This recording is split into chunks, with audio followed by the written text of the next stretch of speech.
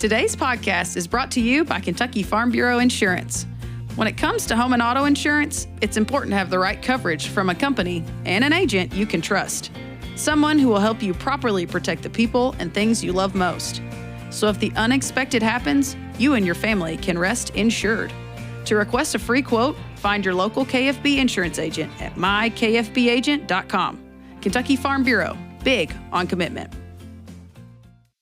Hey, Matt, how's it going? It's going well. I'm really excited about our guest today. I've known this guy for a while. He actually came all the way here at a drive to get here. I know, we've had a lot of call-ins lately. What? This guy drove. Dedication. A lot, too. Also, this might be the easiest podcast we've ever recorded. Yeah, this guy knew how to do everything. He got all set up and ready to go, and we didn't have to tell him all. As soon as he walked in, put his headphones on, got right up to the mic, got comfortable, brought the mic to him, and I'm like, wow, this guy acts like he interviews people. So yeah, this is Alan Watts. He's a radio guy, a legend, especially in the ag world. Everybody knows Alan. He's at all our events. Just a really good guy, and he tells us some really good stories about being a part of ag journalism, just journalism in general, and kind of his views on stuff. And been on the radio for a long time, and just awesome interview today. Yeah, Alan, so I'm, and you'll hear this in the podcast, I'm from Princeton, of course. Most of our listeners know that, which is West Kentucky. So I have lived right down the road from Alan for a very long time. When Caldwell didn't have a radio station, Princeton lost their station for a little while. We were always listening to Tree County, and then we picked one back up and now have a really good partnership. So I think that's the part probably that people like the most. And you hear me say that in the podcast. He sounds like us. He lives right around us. He goes to church with us. But it's the partnership that's really neat, whether it's with Farm Bureau, whether it's with local farmers, whether it's going all the way to Prestonsburg now and Greenup. I mean, this man goes, that travel in the bluegrass thing is no joke. He literally goes everywhere. Yeah, there's an ag event. Alan's probably at it. And that's why he's so known in these circles now. And so, yeah, I think folks will know this voice when they hear it. Yeah. For sure. And so we're happy to have him on. All right. So without further ado, I'm Renee Carrico. And I'm Matt Hilton. And this is Between the Rows.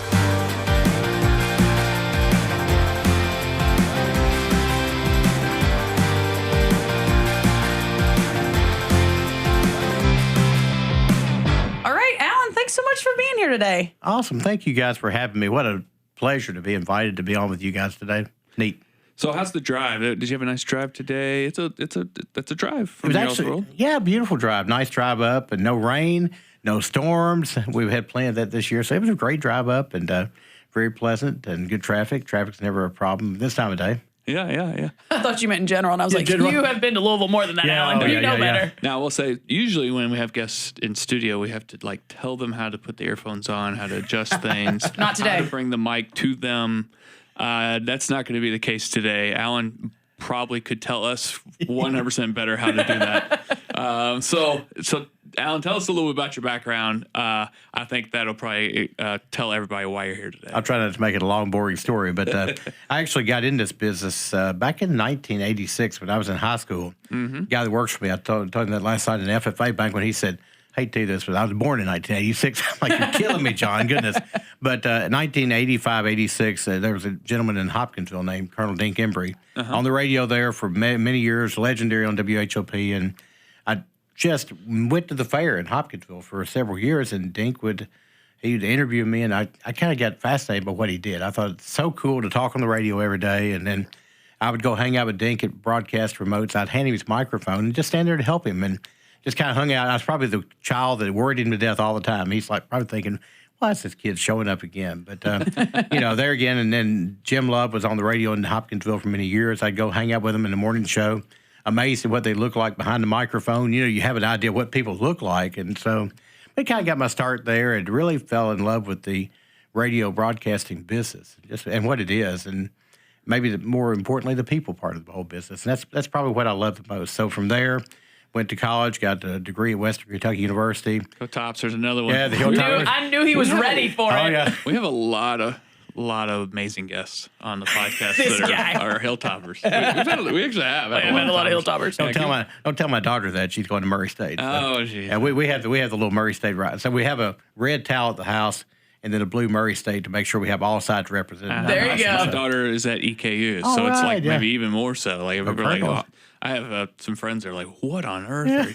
Yeah, so, no, continue. I was one of the few guys at Western who was a broadcaster, a mass communications major, hung out in the ag department when I wasn't in the broadcast side of things because the ag guys were my friends. I grew up livestock animal science minor, and so I love Dr. Gordon Jones, good friend of mine. I know you guys know Dr. Jones, and in fact, still a lifelong friend. Love to see Dr. Jones around, but just hung out in the ag department, got my minor in agriculture and mass communications major, and learned a lot of things in college, maybe some things and the broadcast business never quits changing, if that's the biggest and most important thing. So from there, I came home, worked at WHOP, did overnights from midnight till 6 a.m., playing oldies music on the AM side, and when we had cart machines and reel-to-reel tapes and the old things that kids today in the broadcast, they're like, what is that? Yeah. That's a cart machine. It's like an 8-track tape, a glorified 8-track tape that actually stops until you punch it again.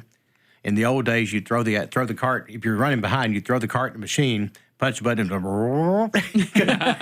so you learn real quickly. You have to be prepared. But from there, I went to WKDZ in 1993, and I did weekend news and answered the telephone. And if the guy on the morning show would make somebody mad, I'm the guy that got the phone call afterwards.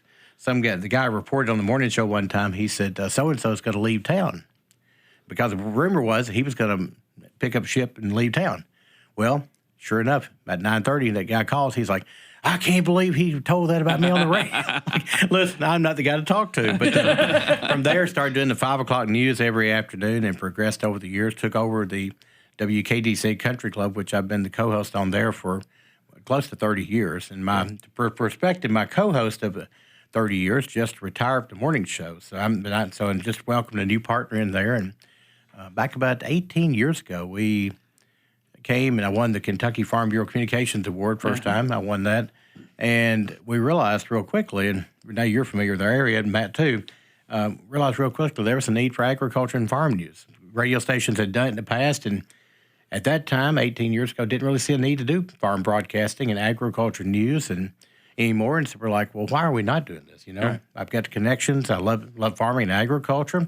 Put the morning ag report on the air, and from 5 to 6 a.m., convinced my wife it was good for me to get up an hour earlier and go to work an hour earlier.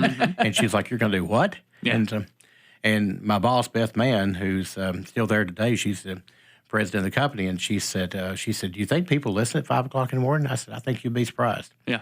And sure enough, we put it on the air. Our expectations of having advertisers, we had a year goal of having advertisers. We met them within a month. People are like, yes, we love it. We want to support it. There are folks that have been on with me ever since, as far as advertisers. Delbert Raider Auction Company, H&R AgriPower in Hopkinsville. Great supporters, been on the board ever since. Right. Wayne Hunt tells me I've cost him a lot of money over the years.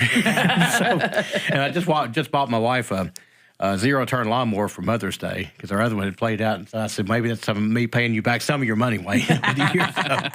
But from there, we just progressed and kind of built the Morning Ag Report and realized real quick, and you tell me if I'm going too long, I could ramble on forever, Matt. That's what I do every day, is ramble on.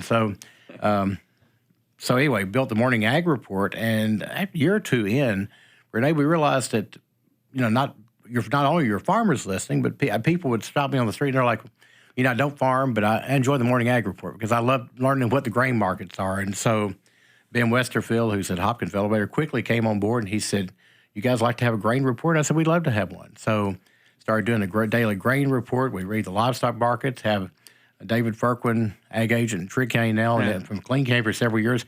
David was one of my first guests. In fact, David helped me with the idea of putting the show on the air. And David has been a guest on the Ag Report ever since we started 18 years ago. In some form or fashion, whether he worked at Trigg County initially, he went to Southern States for a short time, Cunda Farms, and went to McLean County. Now back in Trigg, he's always been a guest, and now he's when I'm out of town, David fills in on the show for me, which is fantastic. He's been a great partner over the years. But, we real quickly realized that not only are we able to share farm news for farmers, but people who wonder what that load of tobacco going down the road in front of them, they're stuck behind, driving 20 miles an hour. Right. Maybe we can help educate them a little bit about what does that mean to them? Does it they think that tobacco is just in their way, but that tobacco could mean a lot of money for them coming back into the local community. And so I think it's been an education piece, a great education tool, and love telling the story of farmers. I mean, our farmers have great stories, and you guys tell those too. And, every farmer has a great story, and you love to find out what he likes to do and what makes him tick. And Philip Garnett or Joe Nichols or folks like that, or, Cook Farms. I mean, those guys are doing some neat things out there, ladies, and doing some neat things. And we kind of developed telling that story a few years ago. Mike Feldhaus retired, and I filled in a little bit for Mike after he was with Farm Bureau with you guys with Cross Kentucky. And so then when he retired, I took it over for a couple of years until you guys really kind of decided what you wanted to do with it. And you wanted to do more. You went to more of a 1-minute podcast. So from that, we thought, well, let's give something else a try. So we launched a 3-minute program called Traveling the Bluegrass. And we really sat around our management team. It's been 5 years now. But we sat around the management table and was like, what do we call the show? And then one of our guys came up. He said, why don't you just call it Traveling the Bluegrass? Because that's what you're going to do. And so when we launched that show, it kicked off Your Ag Edge Network, which is really now developed into 4 shows. Traveling the Bluegrass is our main anchor. And then we have Ag Weather every day, Ag Market, Grain Market, and Livestock Markets. And so it's really kind of developed into a neat opportunity for me to tell the story of agriculture. And so through Traveling the Bluegrass, I've been everywhere. I've never, strangely enough, you live in Kentucky all your life. I'd never been to Prestonsburg until 3 or 4 years ago. And through a little partnership with the Tourism Arts and Heritage Cabinet, we do a series called I can't think. Anyway, it's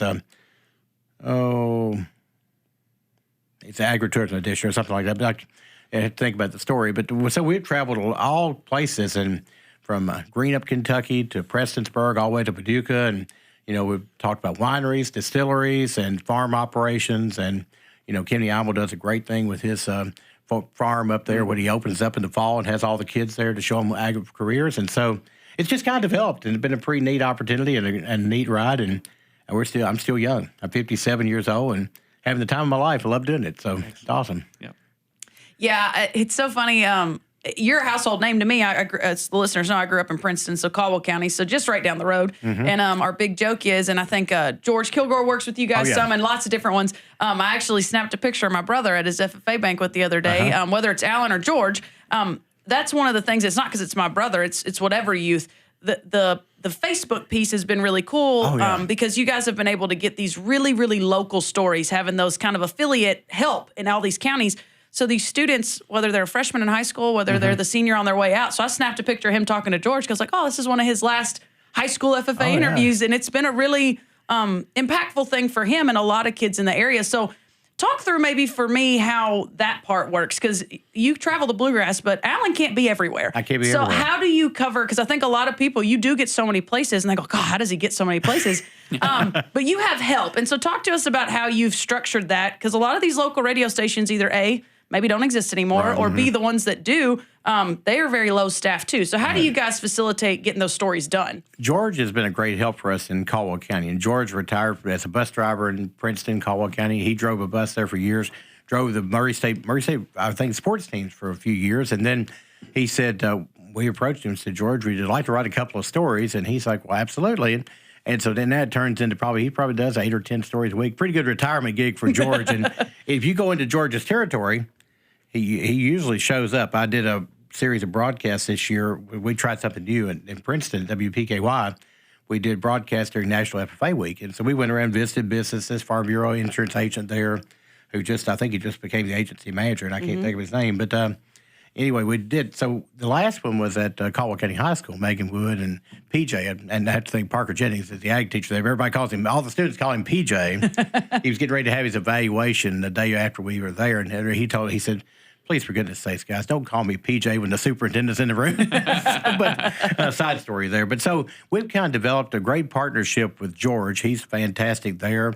I've been successful member of the National Association of Farm Broadcasting, and Jeff Nally and I are two of them. And I think Megan Grebner Conan are the 3 members of the NAFB in Kentucky. And so through that, I've had the opportunity to have, or pleasure of having, the Ag Intern grant through the foundation for, I guess, been a member there 15 years. I've already had the grant 14 years. And so we've been able to work with a college student every year And that college student has helped me with. Kenley Humphreys has been my intern. She's currently working with me now. She's been my intern for twice, actually. And so through partnerships like that, they do that. Radio stations will give me ideas. We work with Kentucky Proud on a couple of programs. They'll get a couple of ideas, and they'll say, okay, stop by and see Nicholas Hardesty over in Meade County. And he's a great, in fact, we left Clays for cause a couple of weeks ago, and we stopped by to see Nicholas Hardesty on the way home. Mm-hmm. Costly visit, because I think we bought a hibiscus tree on the greenhouse. My wife's with me, and she's like, we need one of these hibiscus trees. And so we took a big hibiscus tree home.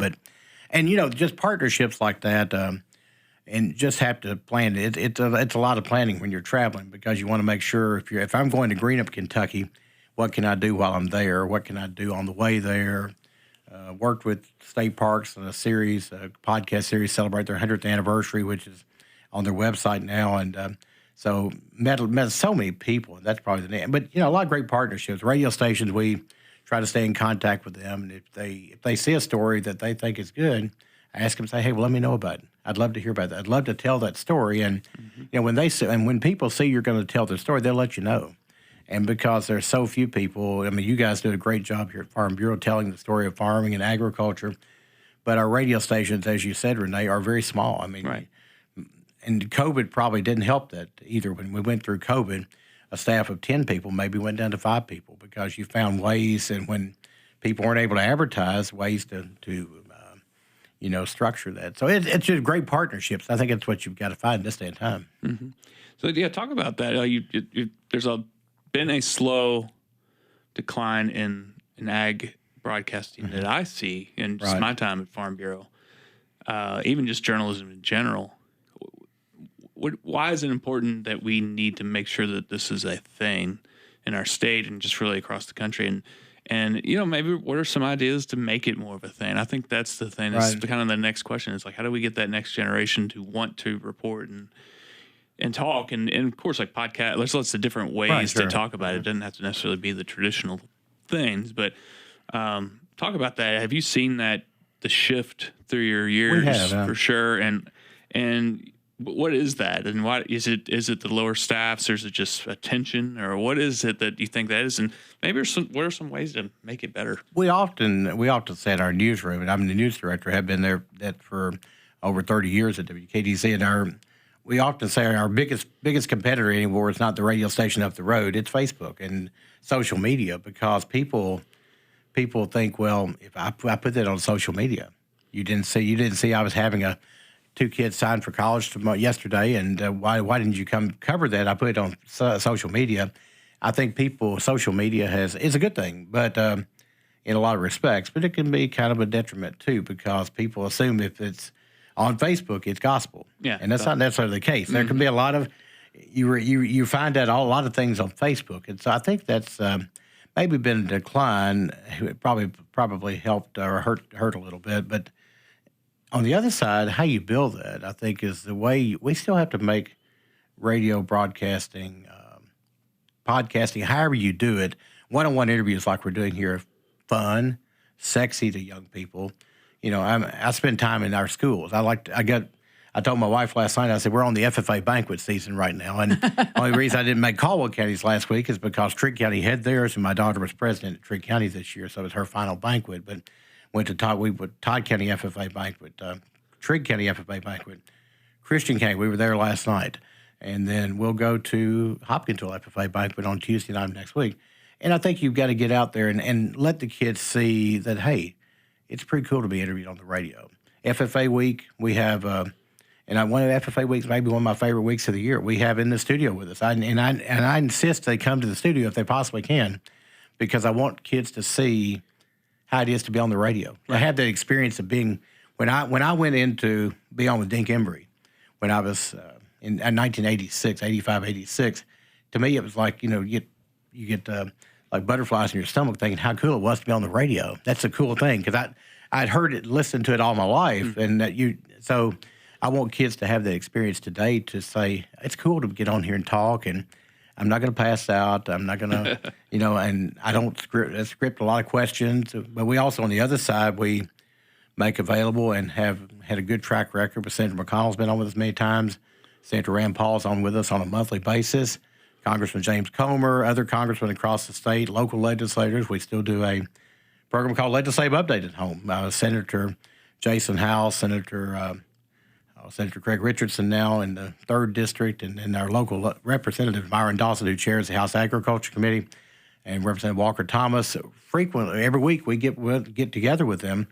And so we try to make sure the radio message is shared there and people have information from an unbiased and you hear a lot about fair and balanced and unbiased, and I think you see what our national media can show you both sides of things and real quickly in this day and time. But on a local level, I want people to, when I interview somebody, whether it be about agriculture, politics, or in general, when I get done with that interview, they should not know my opinion on anything because my opinion is not important.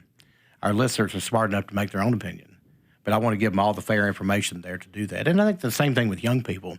In leadership class, we had the youth leadership class from Trigg County Inn, 18 members of the class. We had every one of them on the morning show with us.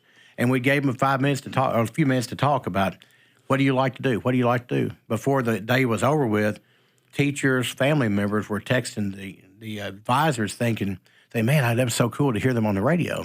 And so I think you just have to create, and radio stations like that as well, you have to give your community the opportunity to be a part of what you do. And it's, right. There's nothing, satellite radio can do a lot of things, but you can't find the obituaries. And I often, for years, WKDZ, Willie Wilson, who's still alive, 93 years old, Willie would lead the newscast with the obituaries.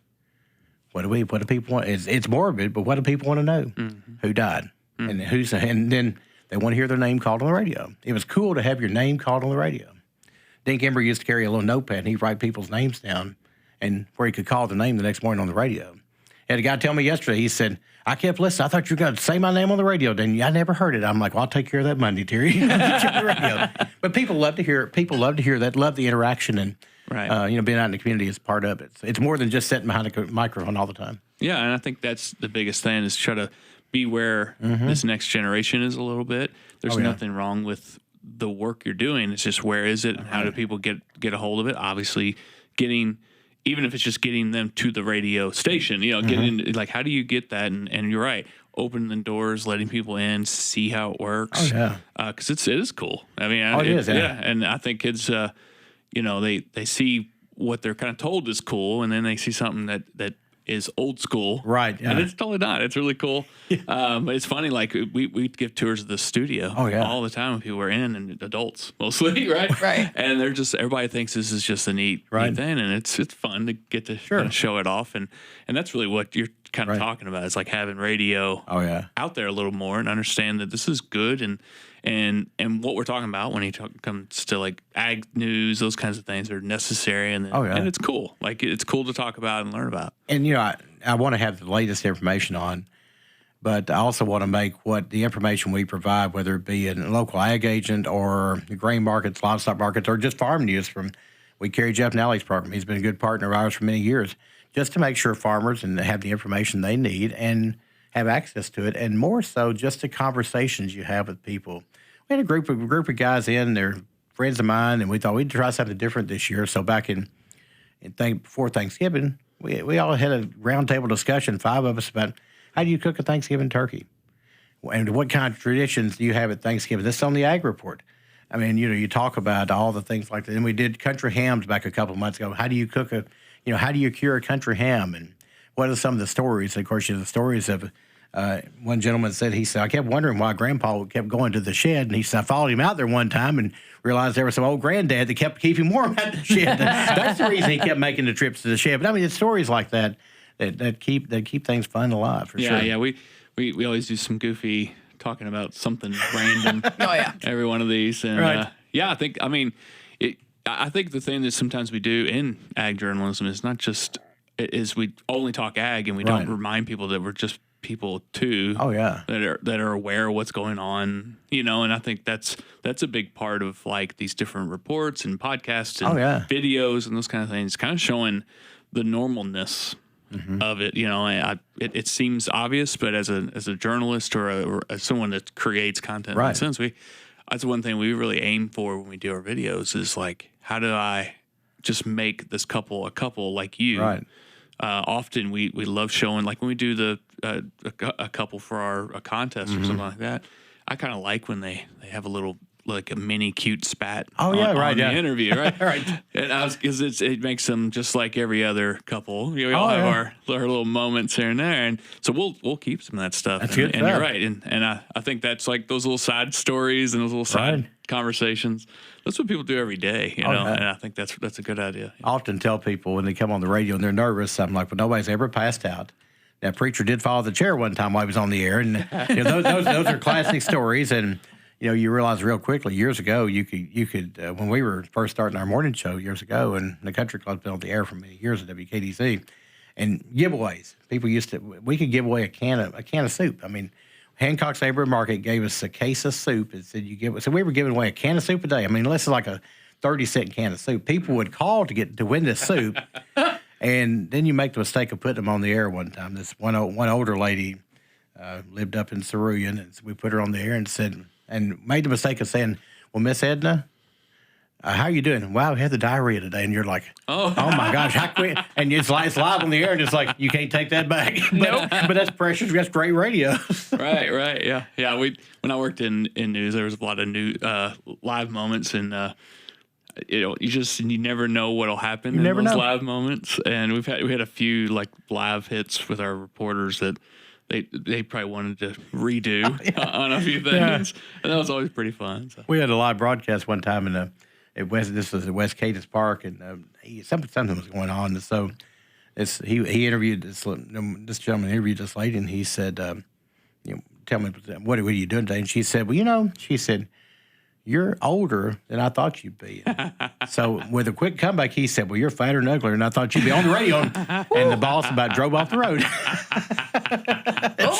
You never know. You never know what happened on live radio. Right. So a funny point right here to all of a sudden say we need to make ourselves more human. No, but I do think, and I don't know if this is, and I'm not trying to get political at all. I don't know if it's politics. I don't know if it's the world after COVID. I don't know what it is, but it is my generation, it seems like. So I'm kind of the tail end of millennials. And there's a lot of them that say I either read it or on the internet or I watch local. A lot of them really don't love national news, whether they believe it's polarizing one way or the other, whether they feel like, but I've started learning we lose that human aspect. When it's somebody, when it's the local radio, that guy sounds like me. Where I live now, I'm so blessed. I lived right down the road, even when Caldwell didn't have a radio station.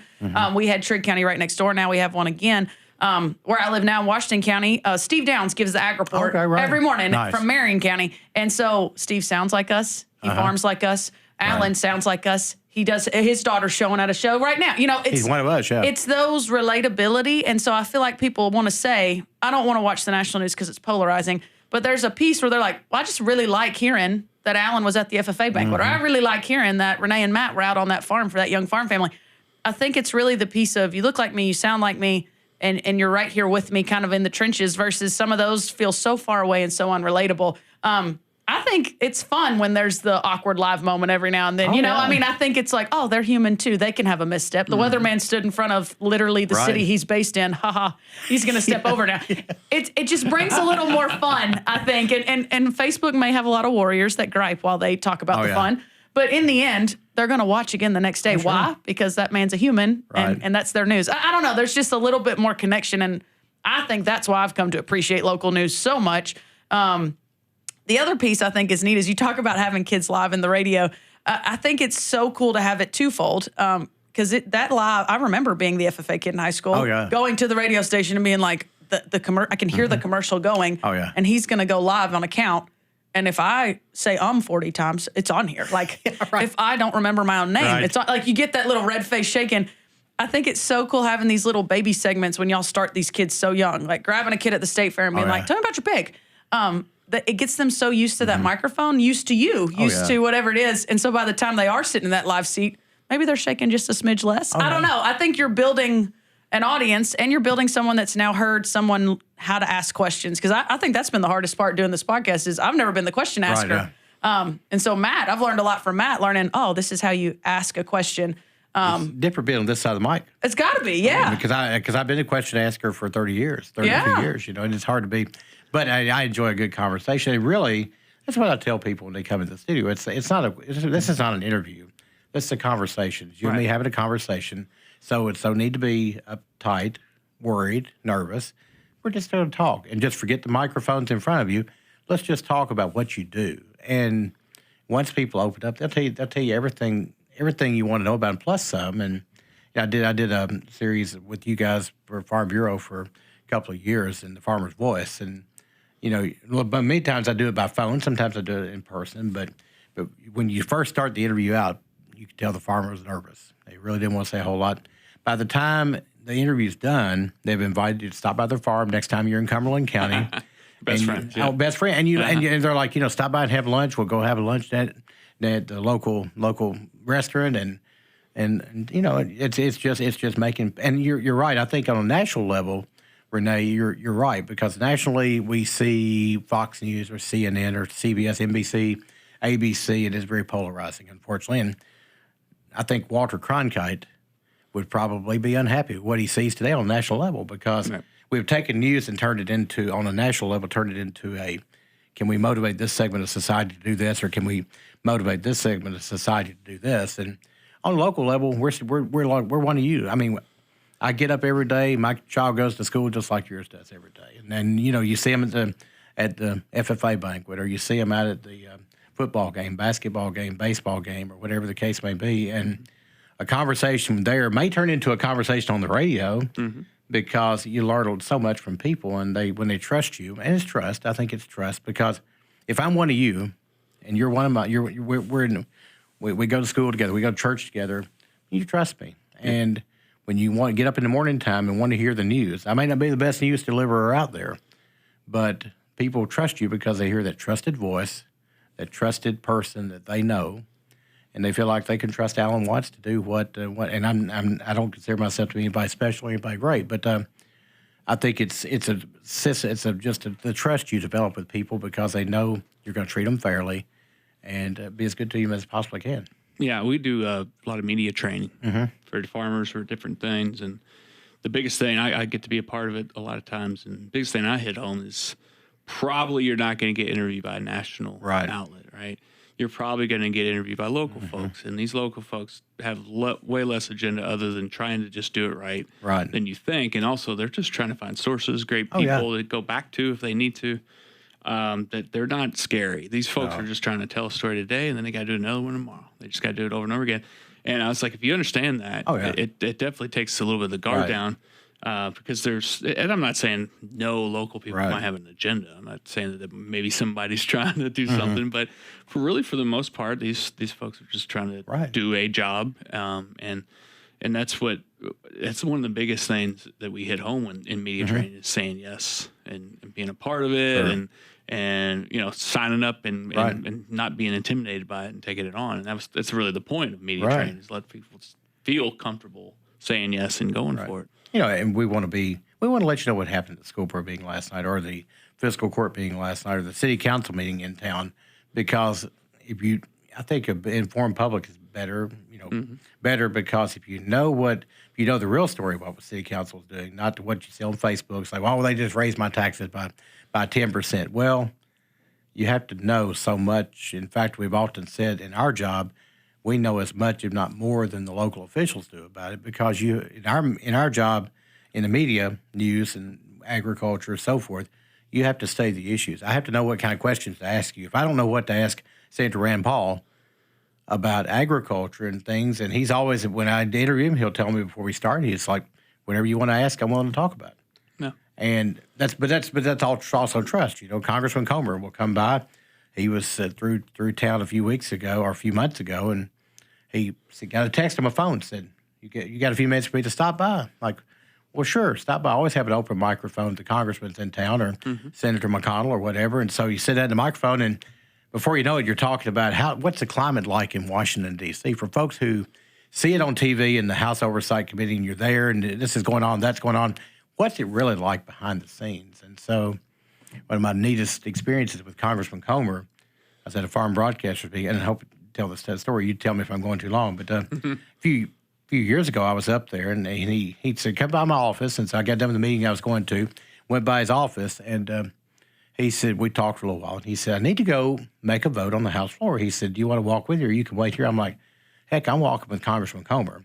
Because if you've ever been to the Capitol, the U.S. Capitol, they walk everywhere because they walk all the time. Yeah. And here I am, a chubby boy from West Kentucky, and he's walking at lightning speed. And I'm like, hang on, Congressman, I'm trying to keep up here.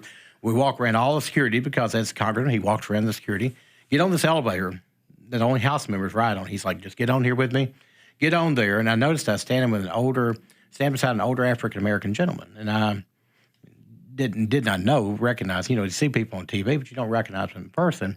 So we go to whatever floor we went to where the House chambers is. And we got off the elevator and he said, you know who you were standing by? And I'm like, I have no idea. He said, Congressman John Lewis. He said, he's a legend up here. And I'm like, oh my gosh, my claim to fame. I rode the elevator with, but I mean, to stand beside a guy like that because of my connection with Congressman Comer was just, and so we walk around the corner.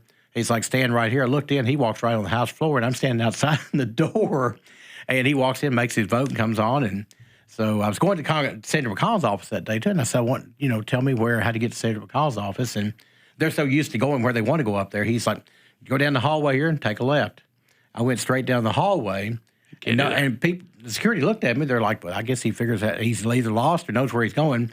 Walked to the end of the door and looked in. There's a Senate in session. And they're like, sir, can I help you? I'm like, I'm just looking for Senator McCall's office. They say, well, you missed that by a few steps. So I said, well, just help me get out of the building. So, there's pretty interesting stories, though. Yeah. Sorry for rambling. Oh, no. Cool. That's why we brought you in.